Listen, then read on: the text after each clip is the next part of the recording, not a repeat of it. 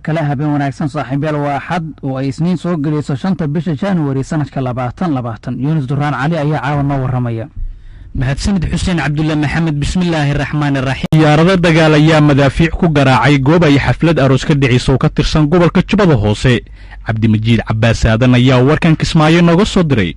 faahfaahinno dheeraad ayaa ka soo baxaysa duqeyn diyaaradeed oo ka dhacday deegaanka Dhuyac Garoon oo hoostaga deegaanka Diif oo ka tirsan degmada Afmadow ee gobolka Jubbada Hoose sida uu idaacadda kulmiye u xaqiijiyay gudoomiyaha Diif Axmed Salaad Axmed gudoomiyaha ayaa sheegay in duqeynta ay ku dhinteen 3 qof halka 3 kalena ay ku dhaawacmeen waxaana dhaawacyada la geeyay cisbitaalka Dhoobleeya Axmed Salaad Axmed ayaa sheegay goobta duqeynta ay ka dhacday inay ahayd meel baadiyaha oo qoysas reer Guuraaya ay ku lahaayeen xaflad aroosa ayaan maqalnay diryaan madaafiic ah oo xagga deegaanka Dhuyac Garoon ku toosan oo ilaa 7 madaafiic gaarayaan Dhuyac Garoon hadda ateena ma laho hawadu way ku go'an tahay oo ateenadii si shaqeynayay waa hore la burburiyay marka waxa isgaarsiin oo ilaa ma jirto sida aawadayd saaka markay ahayd abaarihii saddexdii ilaa ama labadii barqanimo saaka waxaa imaaday marka gawaari maaragtay ordayso raadinayso gurmad dibaha doonayso kadib waxay keeneen 3 qof oo dhaawac ah oo maxay aheeday oo 2 carruur ah iyo islaan gabar oo dhaawac ah oo dhaawac labada carruurtan dhaawacooda ay yihiin gabadha saaka kalena dhaawaceeda ay halis tahay waxay kaloo inoo xaqiijiyeen sheegeen in waxay aheeday meesha ay ku dhinteen ilaa 3 qof kala ay ku dhinteen haweeney oo ay ku dhinteen iyo 2 wiil marka xoolaha de meesha joogaan ayana khasaaro badan baa soo gaaray loo aad u tiro badan ilaa 50 neef dhan way ku dhinteen ilaa ku darnaadee sidoo kale wixii kaloo ay wateen sida dameeri iyo waxyaabaha ku jiya ari iyo wax badan baa ayana khasaaro badan baa sheegayaan gudoomiyaha ayaa dhanka kale sheegay inaysan cadeyn diyaaradda duqeynta geysatay dalka laga leeyahay balse waxa uu sheegay in goobta lagu dhuftay 7 gantaal oo culus runtii hadda aniga diyaaraddaas dalkaas laga lahaa ma dhihi karno laakiin deegaankan dalkan inta badan iyo horaan baan u naqaanay diyaarada aan filayna inay leeyihiin Kenya iyo inay leeyihiin aad aan u dareensanahay maadaama ay meelahan ka howlgaleen yaan filaynaa inay leedahay dowladda Kenya Cabdimajiid Cabbaas Aadan Fantastic KNN Kismaayo madaxweynaha maamulka Hirshabelle Maxamed Cabdi Waare ayaa gaaray maanta magaalada Buulaberde ee gobolka Hiiraan oo ay ka taagan tahay khilaaf ka dhashay dhismaha golaha deegaanka wafdiga Waare waxaa ka mid ah xildhibaano iyo wasiirro ka tirsan maamulkiisa Ismaan Aadan Ares ayaa warkan inoo soo diray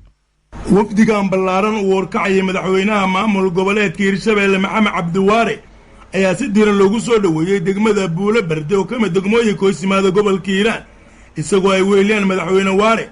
xildhibaano iyo wasiirro ka tirsan maamulka Hirshabelle socdaalka madaxweyne Maxamed Cabdi Waare ayaa ku wajahan khilaaf xoogan ay ka taagan degmada Buulaberde ka oo ka dhashay magacaabista gudoomiyaha cusub ee degmada Buulaberde ka biyadideen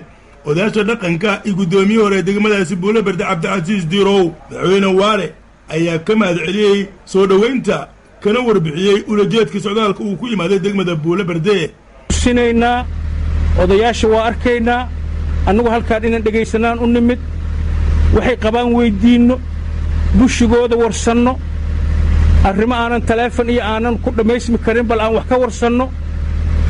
xoddaas aruurinno talada Buulaberde meeshay hadda taallo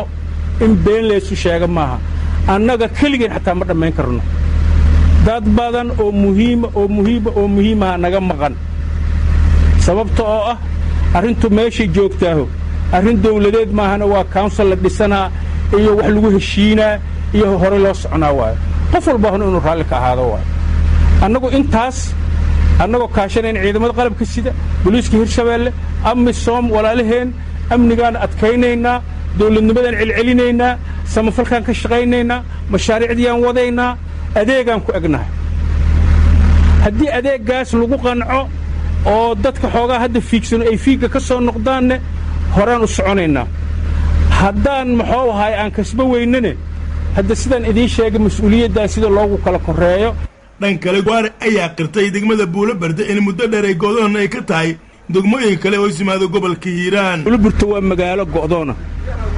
afarta dhinac cadowgu uga wareegsan yahay. Ayadoo saasa oo go'doonkaas ku jirta, go'doonkaasna ay sabab u tahay fashil dhammaanteen aan fashilannahay haddaan Soomaali nahay iyadoon la kala reebin. Ismaan aadan carays warbaahinta KNN beledwey. dhanka kale qaar ka mid ah xildhibaanada Hiirshabelle oo shir jiraayad ku qabtay magaalada Jowhar ee caasimadda maamulka ayaa ka hor yimid safarka madaxweyne Waare ku tagay degmada Buulaburte. Bashiir Cali Daahir ayaa warkan inoo haya. xildhibaanadan ka tirsan baarlamaanka dowlad goboleedka Hiirshabelle ee ku sugan magaalada Jowhar kana soo jeeda degmada Buulaburte ee gobolka Hiiraan ayaa ka soo horjeestay booqashada haatan uu ku gaaray magaalada Buulaburte madaxweynaha dowlad goboleedka Hiirshabelle Maxamed Cabdi Waare taasina ay sheegeen xildhibaanada in khilaaf uu jiro lana dhisi karin golaha deegaanka. xildhibaan Ismaaciil Cali Nuur oo ka mid ah xildhibaanada baarlamaanka dowlad goboleedka Hiirshabelle oo ka mid ahaa xildhibaanadii maanta shirka jiraayad ku qabtay magaalada Jowhar ayaa arrinkaasi ka warbixiyay. xildhibaanadii ka soo jeeday degmada Buulaburte ma madaxweynuhu xagee uga qoran tahay sharciga dowladaha hoose aan ansixinay inuu asagu ama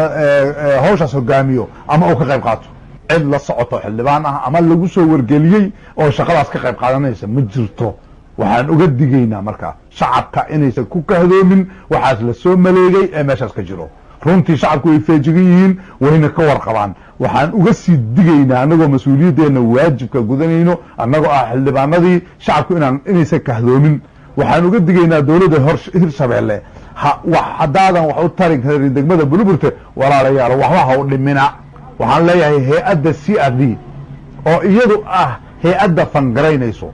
fanka laydin soo dhiibi ee laydin yiri ku investigareeya dadku dhibaatada Soomaaliya haysato horumarkooda uga shaqeeya development waxay idinku aad wanaag u malay inaad ku qabataan ay ahayd dadku ha ku caqabadaynina dhibaatana yeysan gaarin. waxaan mas'uuliyadda dusha ka saarayaa wax alla wixii degmada Buulaburte ka dhaco oo dhibaato ah hay-adda CRD ayaa mas'uuliyaddeeda qaadayso. haddaysan iyadu fanka bixinaynin wasiirna waxaa ma qaban lahayn, madaxweynena naguma digteen, cid kalena looma soo dirteen oo dilaale ah. wabilaahi tawfiiq. khilaaf xoogan ayaa ka taagnaa samaynta golaha deegaanka ee magaalada Buulaburte ee gobolkaasi Hiiraan kaasoo beelaha degmadaasi ay qaarkood ka soo horjeedeen dhismaha maamulkaasi. Bashiir Cali Daahir, Radio Kulmiye, Jowhar. mahadsanid Bashiir Cali Daahir. ciidamada booliska dalka Kenya gaar ahaan kuwa ka howlgala gobolka Lamu ee dalkaas ayaa shaaca ka qaaday inay soo qabteen dad lagu eedeynayo inay ka dambeeyeen weerarkii qaraxa ku bilowday dagaalka tooska ahna xigay ee shabaab ay ku qaadeen xire military oo ku taal deegaanka Mandabay ee ka tirsan gobolka Lamu. tirada dadka ay soo qabteen ciidamada Kenya ayaa lagu sheegay inay gaarayaan ku dhawaad 5 qof.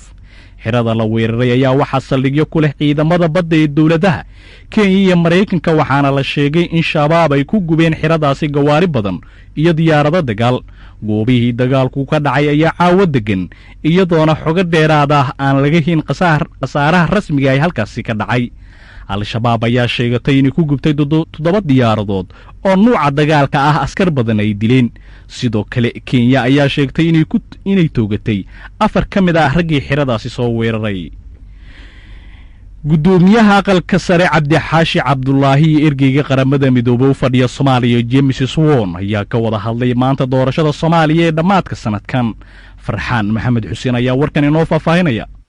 wakiilka qaramada midoobay ee Soomaaliya James Swan ayaa maanta magaalada Muqdisho kula kulmay gudoomiyaha golaha aqalka sare ee baarlamaanka Soomaaliya Cabdi Xaashi Cabdullaahi. kulanka dhaxmaray gudoomiyaha aqalka sare wakiilka qaramada midoobay ee Soomaaliya James Swan ayaa waxa looga hadlay qodobo ay ka mid yihiin sharciga doorashooyinka kaas oo hadda hor yaala xildhibaanada golaha aqalka sare ee baarlamaanka Soomaaliya. James Swan wakiilka qaramada midoobay ayaa ku tilmaamay sharcigan tilaabo taariikhi ah oo loo qaaday dhanka dhismaha nabadda isagoo sheegay in waqtigiisa lagu meelmariyo si uu ula jaan qaado doorashada sanadkan dhacayso ee 2020. dhinaca kale gudoomiyaha golaha aqalka sare ee baarlamaanka Soomaaliya Cabdi Xaashi Cabdullaahi ayaa dhankiisa ugu mahadceliyay qaramada midoobay doorka ay ka qaadanayso taageerada dhinac walba leh oo ay siinayso Soomaaliya. kulanka maanta dhaxmaray gudoomiyaha golaha aqalka sare iyo wakiilka qaramada midoobay ee Soomaaliya ayaa waxa uu imaanayaa xilli gudoomiyaha aqalka sare Cabdi Xaashi Cabdullaahi uu guddi u magacaabay sharciga doorashooyinka. Guddigaasi oo ka soo tala bixin doona sharciga doorashooyinka oo hadda hor yaalla xildhibaanada aqalka sare ee baarlamaanka Soomaaliya, isla markaana ay u soo gudbiyeen xildhibaanada golaha shacabka oo in muddo ka doodayay sharcigaasi. halkaad nagala socotaan dhegeystayaal waa idaacadda kulmiye. markaana warkii dibadda. baarlamaanka dalka Ciraaq ayaa meel mariyay qaraar dalkaasi looga saaraya dhammaan ciidamada shisheeye ku sugan. go'aankan ayaa imaanaya iyadoo dhowaan dowladda Mareykanka ay gudaha dalkaasi Ciraaq ka geysatay weerar lagu dilay Generaal Qaasim Suleymaani oo ahaa hogaamiyaha ciidamada ilaalada kacaanka islaamiga ah ee Iiraan, gaar ahaan guutada lagu magacaabo Qudus. baarlamaanka Ciraaq ayaa magaalada Baghdad uga dhawaaqay inay mamnuuc ka tahay dhammaan ciidamada shisheeye inay adeegsadaan dhulka, hawada iyo biyaha Ciraaq sabab walba ay noqoto. go'aankan ayaa si weyn u saameynaya dowladda Mareykanka oo dalkaasi ay kaga sugan yihiin ciidamo gaaraya 5,000 oo askari.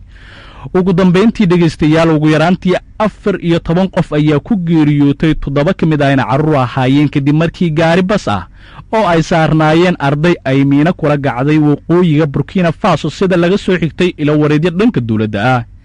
weli ma jirto cid si dhab ah u sheegatay mas'uuliyadda qaraxan ay ku geeriyoodeen dadkani rayidka ahaa. waxaa kaloo jira in maalintii Sabtida ahayd ee aan ka soo gudubnay gaari bas ay saarnaayeen dadweyne lagu rasaasiyey waqooyiga dalkaas, inkastoo aan la soo warin wax khasaare ah oo dadkaasi soo gaaray. kasakoo 14 qof ee geeriyootay, waxaa kaloo jira in dad gaaraya 19 qof weerarka uu dhaawac ka soo gaaray. dhegeystayaal waa naga intaa warkii habeenaad kala socoteen idaacadda kulmiye. intaa war noocaana ku kulmi doona sidaas iyo ammaan Allah.